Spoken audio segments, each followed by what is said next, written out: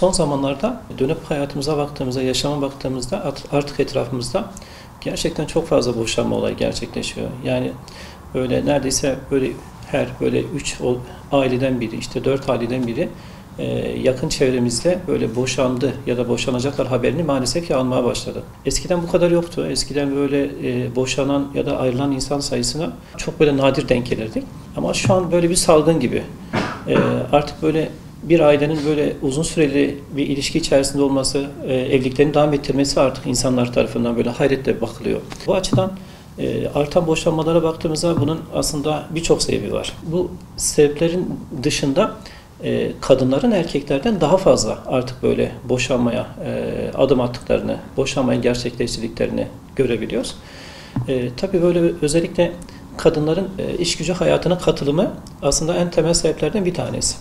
Yani daha önceki evliliklere baktığımızda birçok kadın, hocam mecburiyetten ben evliliğimi devam ettiriyordum. Aslında boşamak istedim ama başka seçeneğim yok. Ama artık kadınların birçoğunun maddi kazançlarını elde ettikten sonra böyle bir mecburiyet hissetmeyip kendini kötü hissettikleri bir evlilikte artık böyle kalmak istemediklerine şahitlik edebiliyoruz. Bunun dışında artık etraftaki çevrenin boşanmayı bazen destekleyici tavırları olabiliyor. Yani kişi boşamak istediğinde, ayrılmak istediğinde çevresindeki insanlar artık bunu ayıplanmıyor ya da bunu bir kusur olarak görmüyorlar. Ama daha önceki aile ilişkilerine böyle aileler boşanmaya da ayrılma katı suretle karşı çıkarırlar. Artık karşı çıkma gerçekleşmiyor. Aslında bunların haricinde işte kadınların boşandıktan sonra elde ettikleri nafaka, bir anlamda çocukların daha çok anneye verilmesi ne dair kararlar yine kadını bir anlamda cesaretlendiren, boşanma teşvik eden durumlardan bir tanesi. Tabii bunun haricinde işte kadın ve erkeğin beraber çalışmasından dolayı birbirine zaman ayırmamaları, duygusal olarak, fiziksel olarak gittikçe birbirinden uzaklaşmaları, sosyal medyanın etkisiyle kişilerin başkalarının hayatlarını görüp kendi evliliklerini böyle sanki böyle çok kötü, bir anlamda diğer evliliklerin çok iyi olduğuna kanaat getirip kendi evliliklerini bitirmeye dair düşünce içerisine girmeleri.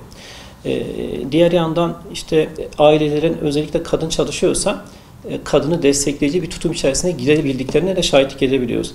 Yani kadının herhangi bir şekilde bir maddi geliri yoksa kadının ailesi kadını desteklemiyordu. Tam tersi hani evliliğin devam ettirmesi noktasında daha öncesi desteklerken ama şu anda kadın kendi gelirini sağlıyorsa kadının kendi evliliğini bitirmesine o kadar da artık karşı çıkmaya da biliyorlar.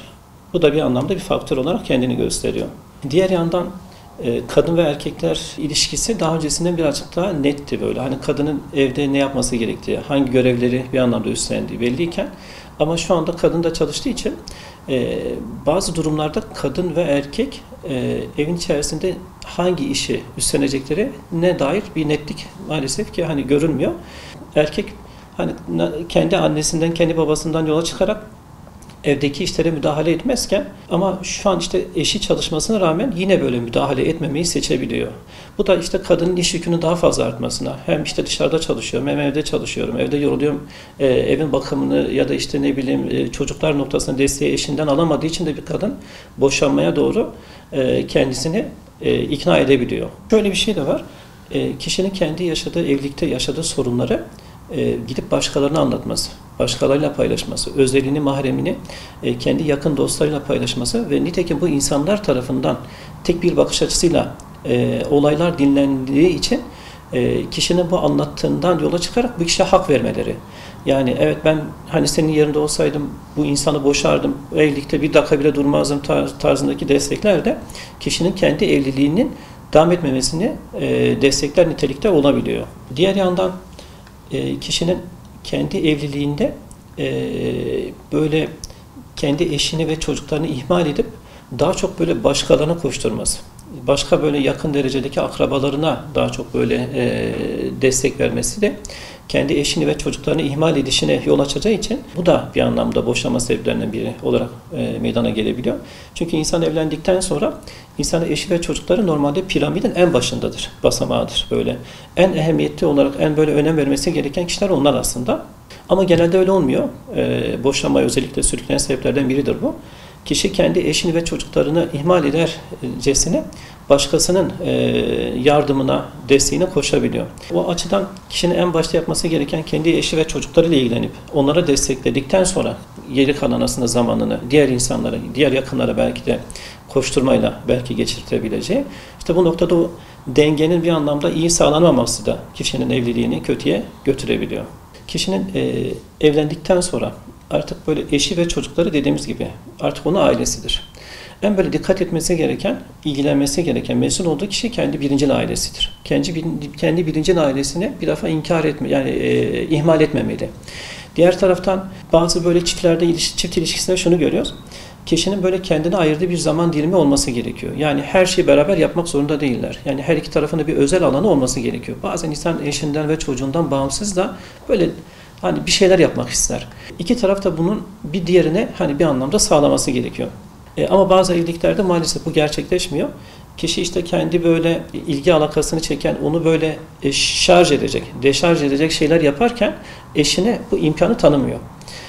Bu da bir anlamda kişinin duygusal olarak gittikçe böyle çöküşe girmesine, o beklediği ilgiyi eşinden hem görememesine hem eşinin bir anlamda kendisi için bir şeyler yaparken, kendisini mutlu edecek şeyler, aktiviteler içerisinde bir şeyler yaparken gördüğü için kendisini bundan mahrum bırakılmasına şahitlik ettiği için kendi evliliğini yine bitirmeye düşüncesi söz konusu olabiliyor.